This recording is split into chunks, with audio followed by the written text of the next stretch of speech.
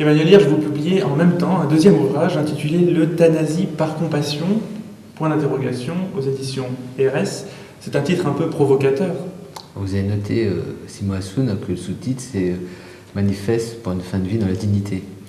En fin de compte, ce qui est important aujourd'hui, c'est qu'il y a un débat de société sur les conditions de fin de vie de la personne.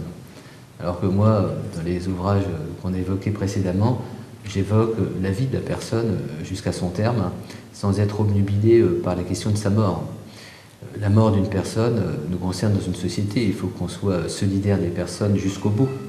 Mais le débat actuel porte sur la dépénalisation de l'euthanasie, sur le suicide médicalement assisté, et pour moi il faut l'éclairer avec un certain nombre de réflexions. Donc je pose la question effectivement, est-ce qu'aujourd'hui notre société, en termes de sollicitude vis-à-vis d'une personne en fin de vie, doit n'avoir pour préoccupation que le suicide médicalement assisté ou l'euthanasie de la personne. Mais en posant cette question, étant donné les sondages ou l'évolution des lois en discussion sur l'euthanasie, est-ce que vous ne vous placez pas dans une position de résistance ?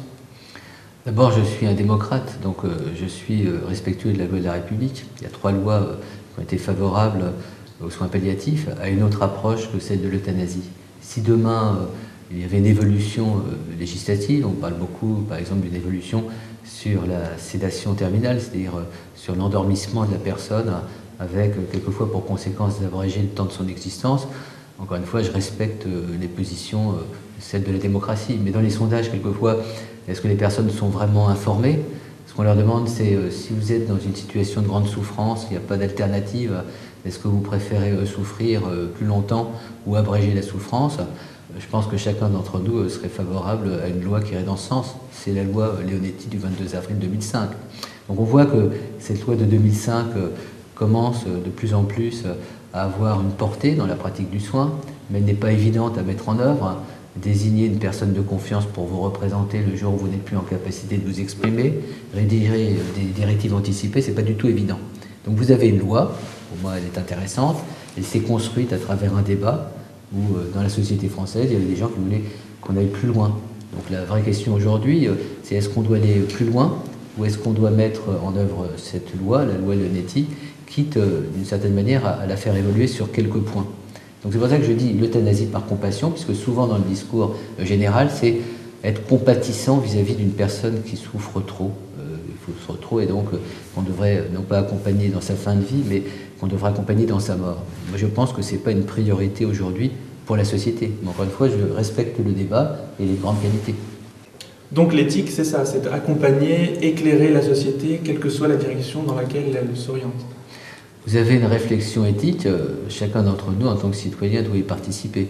Ce qui est important, c'est l'argumentation en matière d'éthique. Moi, je respecte le point de vue de chacun s'il est argumenté, s'il n'est pas idéologique ou extrémiste. Et dans une société fragile comme la nôtre, dans une société avec beaucoup de précarité, je pense qu'il faut être extrêmement attentif à des décisions qui, quelquefois, auront un impact très fort sur des personnes vulnérables et précaires. Quand vous êtes, à la suite d'une maladie au long cours, ébranlé par des années d'incertitude, quelquefois même de solitude, de désocialisation, de désaffiliation, et que vous êtes confronté à une mort imminente, est-ce que vous n'êtes pas précaire et est-ce que les responsabilités d'une société démocratique ne se situent pas davantage en termes d'obligations, en termes de sollicitude ? Donc la question qui se pose, c'est est-ce qu'on dispose d'assez de structures, de dispositifs d'accompagnement en fin de vie ? Est-ce que les personnes qui veulent mourir au domicile sont vraiment accompagnées de telle sorte qu'elles peuvent le faire dignement ? Est-ce que dans des établissements qui accueillent des personnes âgées très dépendantes, les dispositifs sont pris pour que leur fin de vie se passe d'une manière digne ? C'est ces analyses qu'il faut faire. C'est pour ça qu'à la fin de l'ouvrage, je fais des propositions concrètes d'un point de vue politique pour dire peut-être que demain on pourra avoir une loi sur l'euthanasie, pourquoi pas. Mais avant de légiférer dans ce domaine, mettons tout en œuvre pour que les personnes puissent bénéficier de soins, de sollicitude, d'accompagnement, d'une vie sociale qui leur évite d'avoir quelquefois par défaut à solliciter du médecin qui les aide à mourir. En plus, je ne suis pas convaincu que ce soit une fonction spécifiquement médicale que d'être celui qui à un moment donné soigne et puis qui à un moment donné tue. Donc c'est des questions profondes que je ne pose pas d'un point de vue spirituel, métaphysique, c'est des questions politiques, des questions de solidarité.